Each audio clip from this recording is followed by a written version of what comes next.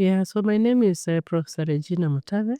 I am an associate professor of community and preventive dentistry, and I work at the University of Nairobi, where I've been working for many years, teaching, mentoring, conducting research, and doing community service. Yes. Thank you so much. So, professor is a big name, but what is one interesting thing about yourself, Prof?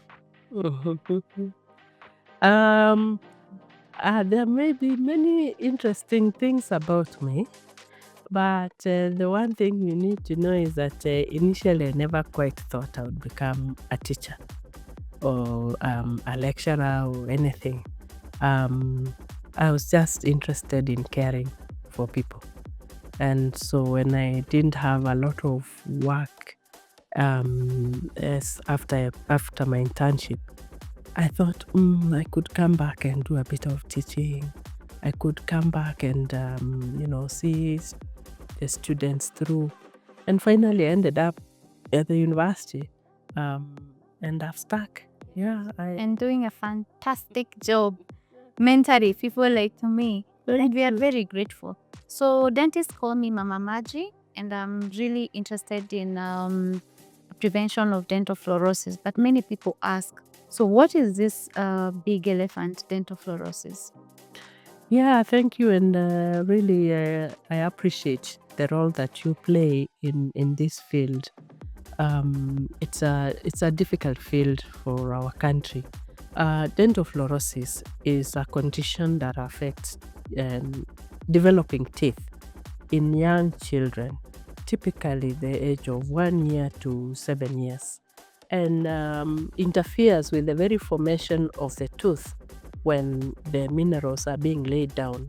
And finally, what is formed is a less strong tooth with more porosity, so it has more pores, and as soon as it comes into the mouth, the tooth then picks up stains from the foods that we eat, and we see the typical staining of brown teeth, which is like the defining visual aspect of dental fluorosis.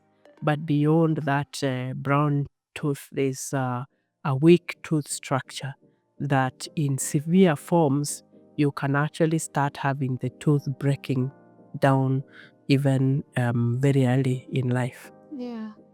So, in a nutshell, what would you say causes dental fluorosis? Dental fluorosis is caused by high levels of fluoride in water.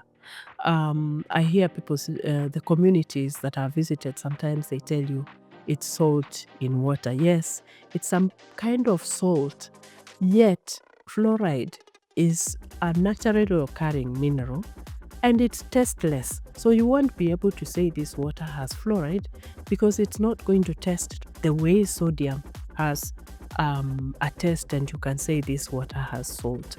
So it's high fluoride in water that we consume for drinking, for cooking, and any putting in juices, anything that's going to come into the mouth, including even reconstituting milk formula that come in as powders.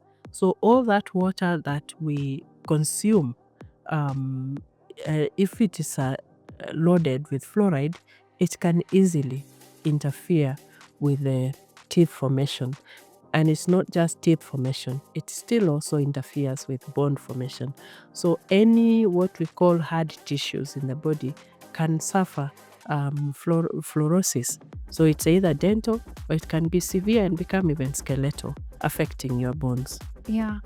And as a dental public health expert, what is the one key message that you would give to policymakers in order for us to prevent dental fluorosis?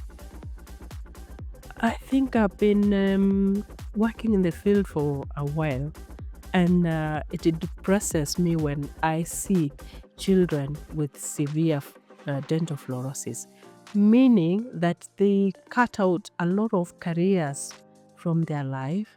They have to live with stigmatized condition, which is preventable by just prioritizing safe drinking water with non-fluoride content. Because as dentists, we also want water with a little fluoride because it helps to strengthen the teeth. But once you pass a certain threshold, then it is damaging. And so when you visit areas in Naivasha, in Utawala, in Langata, where you have children affected by dental fluorosis, you're cutting down. They can't go into certain careers because everybody in the industry, where they require to have bright smiles will not employ them.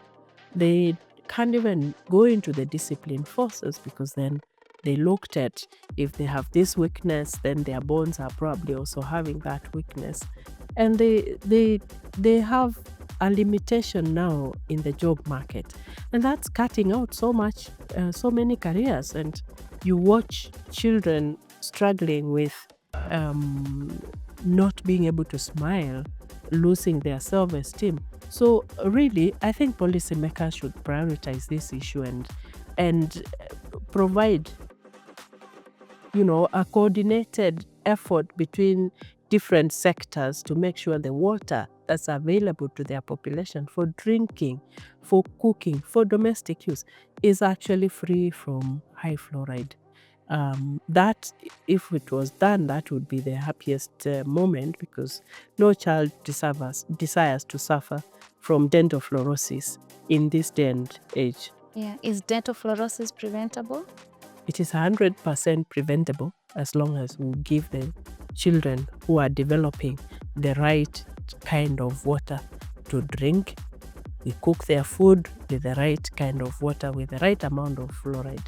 So we just need to be able to monitor and set some standard for water quality in this country and adhere to it, and make sure that every person who is developing, sinking a borehole, provides the right quality water, and all the residents would be safe from having children develop dental fluorosis.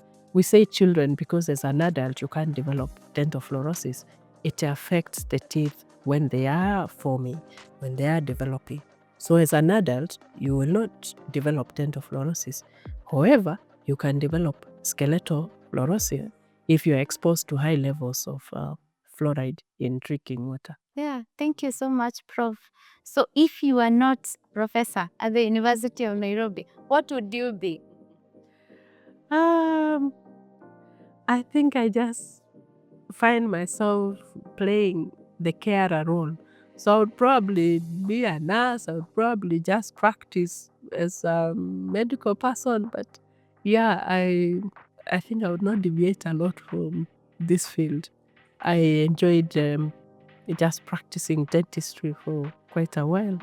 And yeah, I only got, called to this because of seeing that I don't want everybody coming to me when they're already having disease. Can I try to intervene in community work and prevent it from happening?